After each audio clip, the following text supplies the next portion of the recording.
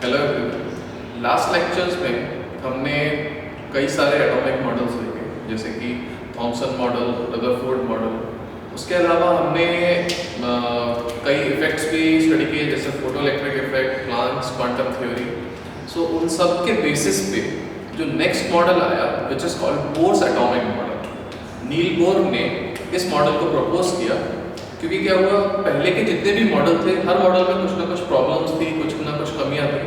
तो उन सबको कंसीडर करते हुए और जो नए एक्सपेरिमेंट्स हो रहे थे उन सबको मद्देनजर रखते हुए उन्होंने अपना एक मॉडल पेश किया, जिसको बोर्स एटॉमिक मॉडल के नाम से जाना जाता है। ये पहला एटॉमिक मॉडल था जो मैथमेटिक्स पे बेस्ड था, मतलब इसमें कैलकुलेशंस की गई थी, फॉर्मूले डिराइव किए गए थे प्रॉपर्ली।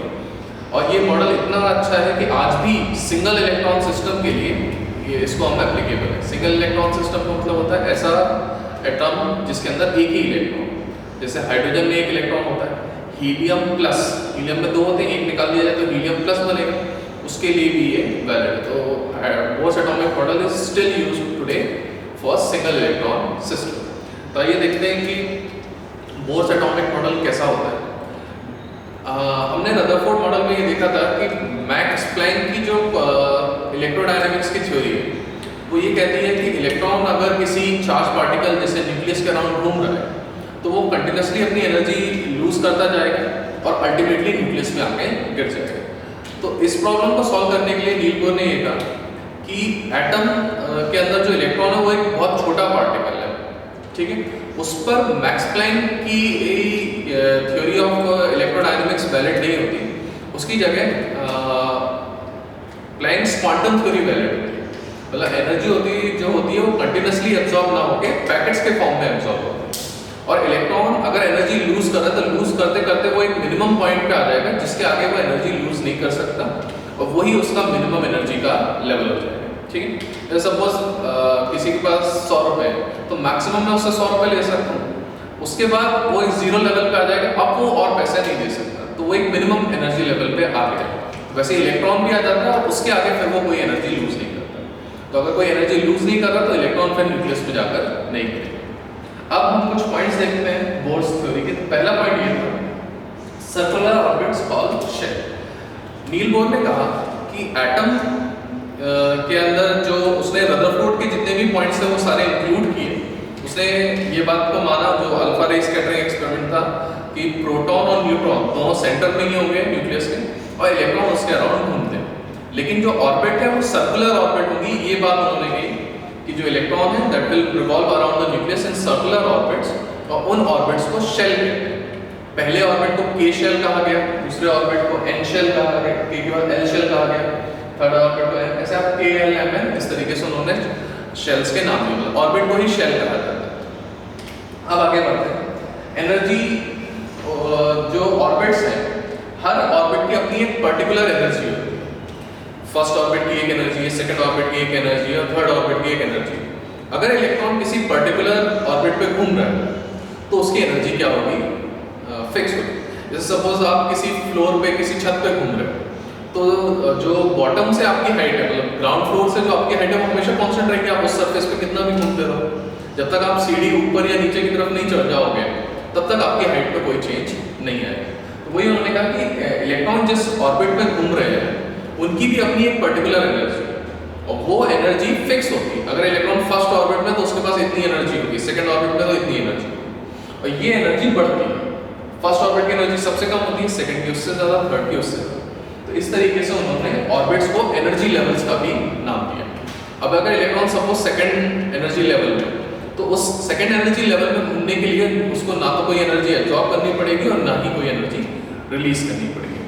नेक्स्ट पॉइंट उन्होंने ये कहा कि electron can jump from one orbit to another by absorbing और रिलीजिंग फोटॉन्स। सपोज एक इलेक्ट्रॉन है जो सेकंड ऑर्बिट में है, सेकंड ऑर्बिट की एनर्जी 20 जूल है और थर्ड ऑर्बिट की एनर्जी लेट्स से 50 जूल है।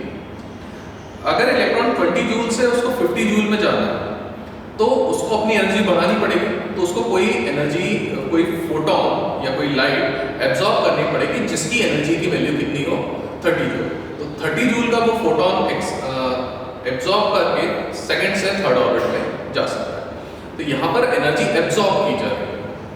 अब इसका उल्टा भी हो सकता है, अगर इलेक्ट्रॉन थर्ड ऑर्बिट से सेकंड ऑर्बिट में मतलब 50 जूल से 20 जूल में आए, जब इलेक्ट्रॉन इस तरीके से आएगा 50 जूल से 20 जूल में आएगा तो 30 जूल की एनर्जी रिलीज होगी। तो हम क्या कर सकते हैं, जो एनर्जी का डिफरेंस है सेकंड और थर्ड ऑर्बिट में कितना डिफरेंस है, थर्ड और फोर्थ में डिफरेंस है, तो हम ये अंदाजा लगा सकते हैं कि इलेक्ट्रॉन अगर यहाँ से फर्स्ट ऑर्बिट से थर्ड ऑर्बिट में गया तो उसको कितनी एनर्जी एब्जॉर्ब की गई है।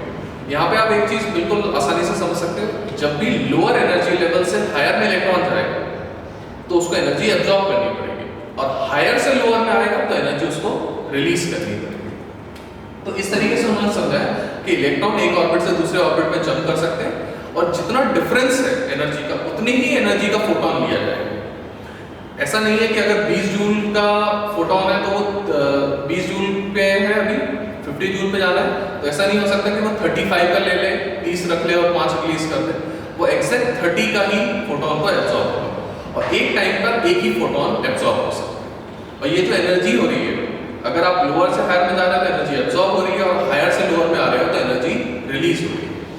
आगे जाके हम पढ़ेंगे ये जो एनर्जी रिलीज होती है ये इलेक्ट्रोमैग्नेटिक वेव के फॉर्म में होती है। इसी के कारण आपको कलर देगा, जैसे सपोज ये शर्ट ब्लू कलर की इसलिए है क्योंकि जब इसका इलेक्ट्रॉन हायर से लोअर एनर्जी में आया हो तो इसने ब्लू कलर की लाइट को एमिट किया, मतलब जो फ्रीक्वेंसी रिलीज की गई होगी ब्लू कलर की होगी। ऐसे ही अगर ये रेड कलर है तो रेड कलर में भी यही चीज हो रही होगी, इस बार जो इलेक्ट्रॉन हायर से लोअर में आया वो रेड कलर की लाइट को एमिट कर रहा है। तो वो कौन सा कलर देखेगा, ये वो एनर्जी के गैप में डिपेंड करता है कि इसके ऑर्बिट और इस ऑर्बिट के बीच में इतना एनर्जी गैप है। नेक्स्ट पॉइंट उन्होंने कहा कि angular momentum is quantized. Quantized का मतलब होता है किसी नंबर का मल्टीपल होना। इसको मैं ऐसे समझाता हूँ, जैसे सपोज आपके पास 5 रुपए, ठीक है, आपके पास मतलब एक पूरा बॉक्स भर के सिर्फ 5 रुपए, क्या आपके पास कभी भी 73 रुपीज हो सकते हैं? अगर सिर्फ 5-5 रुपए के ही कॉइन है तो आपके पास 73 कभी नहीं हो सकते, या तो आपके पास 70 हो सकते हैं या 75 हो सकते हैं। इस चीज को बोलता है क्वांटाइजेशन। अगर आपके पास 5 रुपए के कॉइन थे तो आपके पास हमेशा 5 के ही मल्टीपल होंगे। So this thing is called quantize, या सिंपल लैंग्वेज में हम इसको कह सकते हैं इंटीग्रल मल्टीपल, इंटीजर का मल्टीपल होगा। आप 5 का 1 कॉइन लो, 2 कॉइन लो, 10 कॉइन लो, ठीक है, कभी आप 5 के 5.5 कॉइन नहीं ले सकते क्योंकि कॉइन एक सिंगल क्वांटिटी है तो आप उसको आधा नहीं तोड़ सकते, तो हमेशा वो एक इंटीजर के नंबर। तो वही उन्होंने कहा कि जो एंगुलर मोमेंटम होता है, अब यहाँ पे सवाल होता है एंगुलर मोमेंटम क्या है। हमने सिंपली 9th क्लास में आपने पढ़ा होगा momentum. Momentum is mass into velocity. कोई ऑब्जेक्ट अगर स्ट्रेट लाइन में मूव कर रहा है तो उसका मास कितना है और उसकी वेलोसिटी कितनी है, उस दोनों को मल्टीप्लाई कर दो तो आपको मोमेंटम मिलता है। और टू बी मोर स्पेसिफिक इसको लीनियर मोमेंटम कहते हैं। अगर यही ऑब्जेक्ट सर्कुलर पाथ में घूम रहा है तो हम mass into velocity into radius का मल्टीप्लाई कर देते हैं जिस सर्कल में वो घूम रहा है, तो वो मोमेंटम ना होकर एंगुलर मोमेंटम बन जाता है। तो इलेक्ट्रॉन भी सर्कुलर ऑर्बिट में घूम रहा है, तो इलेक्ट्रॉन का जो एंगुलर मोमेंटम है वो इंटीग्रल मल्टीपल है h/2π। Angular momentum of electron is integral multiple, n is the integral multiple of h/2π। यहाँ पर जो n है ये ऑर्बिट नंबर है, मतलब फर्स्ट ऑर्बिट में अगर इलेक्ट्रॉन है तो n की वैल्यू 1 हो जाएगी, थर्ड ऑर्बिट में तो 3 हो जाएगी, फिफ्थ ऑर्बिट में तो 5 हो जाएगी। अब ये जो पहला पॉइंट था ये नील बोर ने इसको एक्सप्लेन नहीं किया कि ये आया कहां से। उनकी जो कैलकुलेशंस थी उनसे हमेशा ये पॉइंट निकल कर आ रहा था कि जो एंगुलर मोमेंटम है वो इंटीग्रल मल्टीपल है, but he could not prove it कि ये आया कहां से। इसको आगे जाके हम पढ़ेंगे कि दूसरे साइंटिस्ट ने इनको प्रूव किया कि ये रिलेशन कैसे डेवलप हुआ था। और ये फेमस लास्ट पॉइंट है, ये आप सबने पढ़ा होगा 2n²। किसी ऑर्बिट में मैक्सिमम नंबर ऑफ इलेक्ट्रॉन कितने हो सकते हैं ये इस फॉर्मूले से निकाला जाता है, इसको कहते हैं 2n²। 2n² यहाँ पर n का मतलब होता है ऑर्बिट नंबर। अगर n की वैल्यू 1 डाली जाए तो 2 × 1 का square which is equal to 2। इसका मतलब फर्स्ट ऑर्बिट में 2 इलेक्ट्रॉन आ सकते हैं मैक्सिमम, 2 से कम हो सकते हैं, 2 से ज्यादा नहीं हो सकते।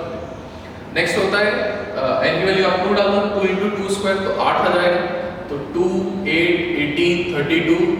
अगर आप 4 डाल दोगे तो 4 का स्क्वायर 16, 16 × 2 32। 5 डालना तो 50 आ जाएगा, 5 का स्क्वायर 25 × 2 50। तो इस तरीके से किसी ऑर्बिट के अंदर कितने मैक्सिमम इलेक्ट्रॉन हो सकते हैं ये हम निकाल सकते हैं। तो ओवरऑल अगर देखा जाए तो बोस मॉडल बहुत ही सक्सेसफुल मॉडल था। इसने बहुत सारे पॉइंट्स आगे जाके प्रूव किए, जिसमें से हाइड्रोजन स्पेक्ट्रा एक बहुत ही इंपॉर्टेंट था, उन्होंने एक्सप्लेन किया हाइड्रोजन स्पेक्ट्रा किस तरीके से आता है। हाइड्रोजन उसमें continuous spectra, line spectra, emission spectra, absorption spectra, electron कैसे, एटम कैसे स्टेबल है, एनर्जी कैसे एब्जॉर्ब होती है, कैसे, ही explain lot of things in that. और यही चीज़ें आगे जाके बेसिस बनी हमारे नेक्स्ट मॉडल का, जिसको हम क्वांटम मैकेनिकल मॉडल कहते हैं। अगले लेक्चर में हम बोर्स मॉडल के डेरिवेशन देखेंगे, जिसमें हम ये पढ़ेंगे कि बोर ने जो ये ऑर्बिट्स बताया, उसमें ऑर्बिट का उन्होंने रेडियस का फॉर्मूला भी निकाल के दिया कि इस ऑर्बिट का रेडियस इतना होगा, फर्स्ट ऑर्बिट का इतना होगा, सेकंड का इतना होगा, थर्ड का इतना होगा, वेलोसिटी कितनी होगी, अगर इलेक्ट्रॉन उस ऑर्बिट में घूम रहा है तो उसकी स्पीड कितनी होगी, एनर्जी कितनी होगी। तो ही कैलकुलेटेड ऑल दैट फॉर्मूला। इसीलिए ये मॉडल इतना सक्सेसफुल था क्योंकि ये मैथमेटिकली प्रूव किया गया था और जो वैल्यूज आ रही थी वो एक्चुअल डेटा से मैच होती थी।